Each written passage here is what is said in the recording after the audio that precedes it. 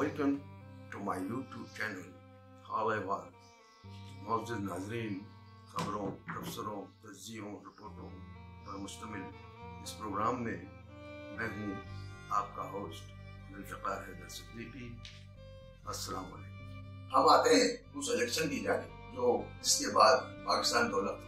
मुझे जस्तजू हुई कि मैं मालूम करूं कि ये इलेक्शन शफाफ थे या नहीं। लोग तो कहते सारे के शफाफ थे। तो मैं उन लोगों से मैंने मुलाकातें की जो सबका इस पाकिस्तान और बांग्लादेश से माइग्रेट करके पागली पाकिस्तान या पाकिस्तान में सबूत रहते हैं। और वो सियासी लोग भी थे उनमें और गैर सियासी लोग भी थे, बिजनेसमैन भी थे और आम लोग भी थे। मैंने तकरीबन 20 से ज्यादा अफराद से इंटरव्यू किया और मुझ पर ये हैरतनाक हकीकत का इंकशाफ हुआ कि वो इलेक्शन कतई तौर पर शफाफ नहीं।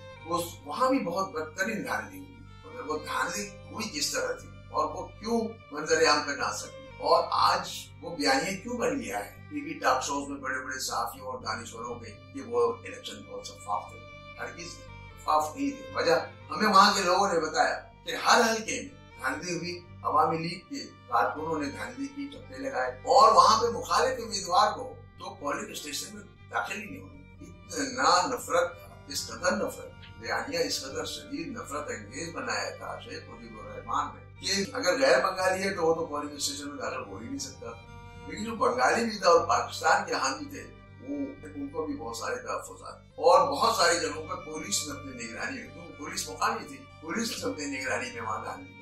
नताइज जब सामने आए तो भला मुझे हैरत है कि यहाँ के लोगों ने कैसे यकीन कर लिया कि ये नतीजा दुरुस्त, क्योंकि पूरे इस पाकिस्तान में 2 नशिस्तों के अलावा तमाम नशिस्तें अवामी लीग के पास ये मुमकिन ही नहीं था। वो बताते हैं, हम तो उस जमाने में बहुत छोटे थे स्कूल में, वो लोग बताते हैं कि ये मुमकिन ही नहीं था।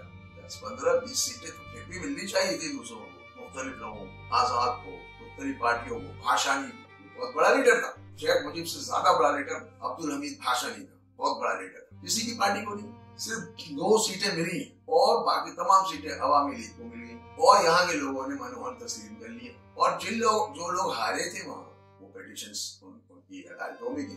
अदालतों में हिम्मत नहीं थी कि उन पिटीशनों को तवातर से सुने और उस पर फैसला दें। इतना प्रेशर था अवामी लीग का और उसके गोंडे मुफ्ती बानी का। जहाँ अदालतें भी हॉस्टाइल हो तो वहाँ पर सहाफी भला क्या रिपोर्ट है, मीडिया भला क्या रिपोर्ट, और मीडिया ने अगर रिपोर्ट भी किया तो उसको दफा इतना नहीं समझा।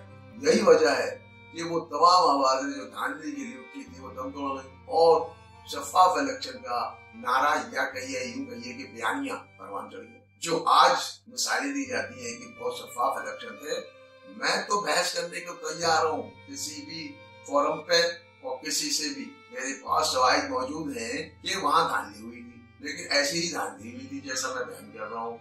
और ये मैं जो बयान कर रहा हूँ उन 20 से ज्यादा अफराद से इंटरव्यू की बात कर रहा हूँ जो बराह रास्त वहाँ पे इलेक्शन के सरगर्मियों में मुलव्वस भी थे और सियासी लोग भी थे। इसी तरह आप यहाँ आइए, अब 2024 के इलेक्शन की बात करें, बयानिया जो पीटीआई का है, इमरान खान का है, ऐसे में वो कहते हैं कि धांधली हुई। बिल्कुल वही सेम कंडीशन है जो मसीही पाकिस्तान में था कि वहाँ शफाफ इलेक्शन में, हाँ शफाफ इलेक्शन में। यहाँ पर पीटीआई कहती है कि धांधली हुई तो तमाम चैनल भाई गवाह करते यस सर, ये नहीं पूछते भैया धांधली आपके यहाँ कैसे हुई, क्या हुई, क्यों हुई।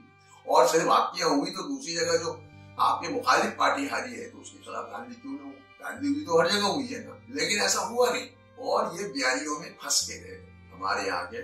और उसमें कसूर किसी का नहीं है, जानबूझ कर ये बयानियां परवान चढ़ाया गया।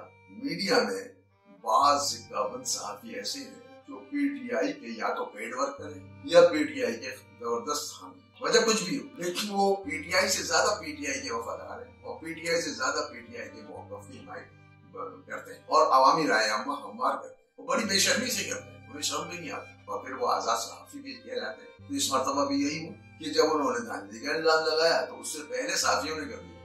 पूरी रात प्रोग्रामों चैनलों के प्रोग्राम मैराथन ट्रांसमिशन देखता रहा मुख्तलिफ चैनलों के। किसी पार्टी के खासकर पीटीआई के भी किसी रहनुमा ने अभी तक इल्जाम नहीं लगाया था धांधली का कि मैं चैनल का नाम नहीं लेना चाहता।